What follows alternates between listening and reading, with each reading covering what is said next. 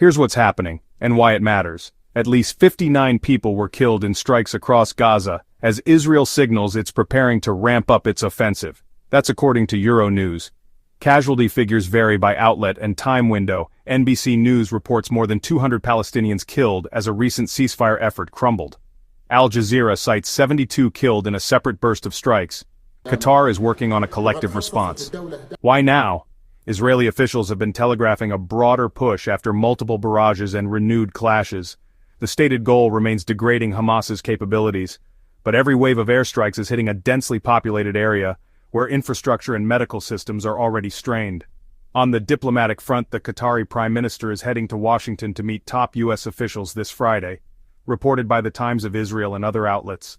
The Tribune adds this follows a UN condemnation of an Israeli attack on Hamas figures in Doha, sharpening questions about how safe or neutral regional capitals really are in this conflict.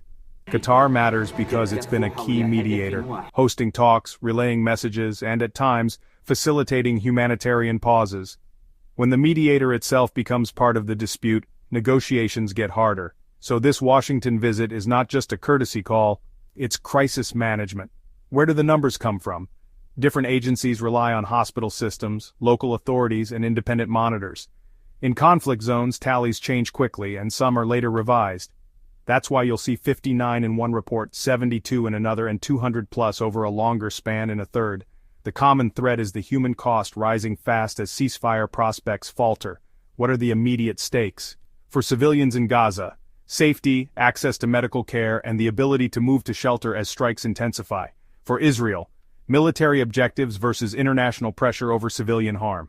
For mediators like Qatar and the U.S., whether they can salvage talks, reduce civilian risk, and set conditions for another pause or broader deal.